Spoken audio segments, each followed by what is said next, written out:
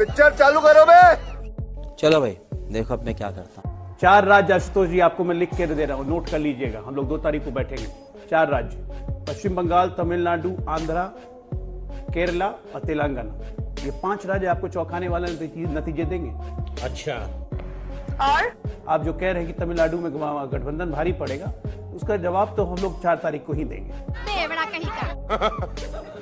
जहां तक रही बात ये सब बातें कि महंगाई, बेरोजगारी, इस पे ये महंगाई और बेरोजगारी देश जब से आजाद हुआ हर बार इस चुनाव का मुद्दा बना। सवाल ये उठता है कि किस राज्य सरकार ने किस केंद्र सरकार ने इस पे काम किया। हमने उस पे काम किया है जो कि काम दिखता है हमारा। तुम्हें शर्म है कुछ? नहीं। अगर हम कहते हैं कि हमने 27 लाख करोड़ रुपए मुद्रा योजना के तहत 24 करोड़ लोगों में बांटे हैं तो वो दिखता है, स्वरोजगार जनरेट होता है। अगर हम कहते हैं कि फॉर्मलाइज इकोनॉमी करके हम बहुत हद तक कीमतों को कंट्रोल में करके आए हैं और आज सूचकांक के हिसाब से महंगाई सबसे ज्यादा कंट्रोल में है, तो वो दिखता है और ये ऑन रिकॉर्ड है।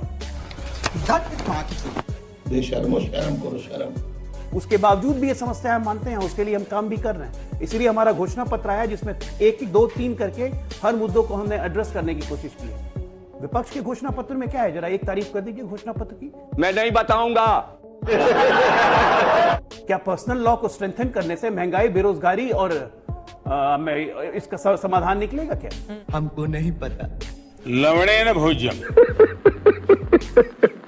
क्या कोई चीज, आपका विजन क्या है, आपका नैरेटिव क्या है, वो आप बताएंगे नहीं। आप मैन्युफैक्चरिंग में काम नहीं करना चाहते हैं, आप सेमीकंडक्टर नहीं बनाना चाहते हैं, आप इकोनॉमी को स्ट्रेंथन नहीं करना चाहते हैं, आप ज्ञान की बातें नहीं करेंगे। ज्ञान मतलब गरीब, युवा और नारी और अन्नदाता, उस पर आप काम नहीं करेंगे, तब तो विजन क्या है?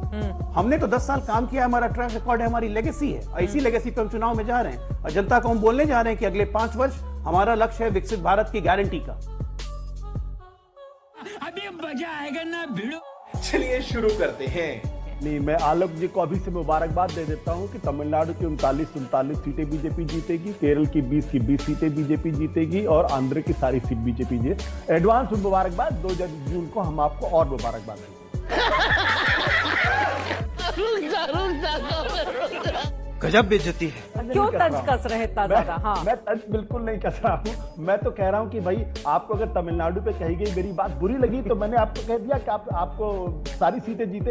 अरे भाई, राजस्थान के अंदर अगर आप कंटेस्ट करें मेरी बात को तो मैं आपकी बात से सहमत हो सकता हूँ। अच्छा, जुम करो। मध्य प्रदेश में आप मेरी बात कंटेस्ट करें, मैं आपकी बात से सहमत हो सकता हूं। असम में करें, लेकिन अगर आप ये कहने जा रहे हैं कि तमिलनाडु में आप चौंकाने वाले नतीजे देने वाले हैं तो मैं तो आपको बधाई दे रहा हूं। अभी 39 सीटें जीती है। देखिए, जो डिबेट होती है ना, डिबेट तथ्यों के आधार पर होती है। राजनीतिक दल भले ही रेटरिक्स पे बात कर ले, बात तो सही है। मैं तो स्पष्ट तौर पर कहता हूं और मुझे कहने में कोई दिक्कत कभी नहीं थी कि अगर आप मुझसे उत्तर प्रदेश के बारे में पूछो तो मैं साफ तौर पर कहूंगा उत्तर प्रदेश में भारतीय जनता पार्टी को एज है, इसमें कोई दो राय नहीं।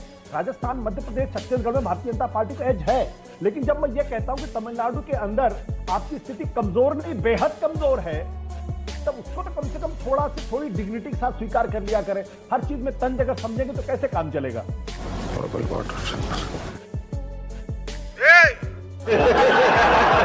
जो तमिलनाडु है, तमिलनाडु की राजनीति और उत्तर भारत की राजनीति में जमीन आसमान का फर्क है। तमिलनाडु की जो जमीन है वो आजादी के पहले से वो पेरियार की जमीन है और वो अन्नामलाई की जमीन है। ठीक है। और स्टालिन के बेटे ने जिस तरीके से सनातन के ऊपर बवाल बयान दिया था, उस पर नॉर्थ इंडिया के अंदर तो भारत के जो भारतीय है, जो हिंदू हैं, उनके अंदर एक विचलन होगा, क्रोध होगा, नाराजगी होगी, आक्रोश दिखाई पड़ता है। अरे देवा, ये तो धोती खोल।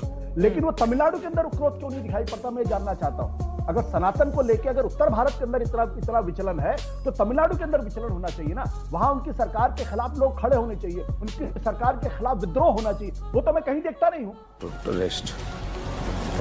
इतना छोटा पहले कभी नहीं हुआ हो।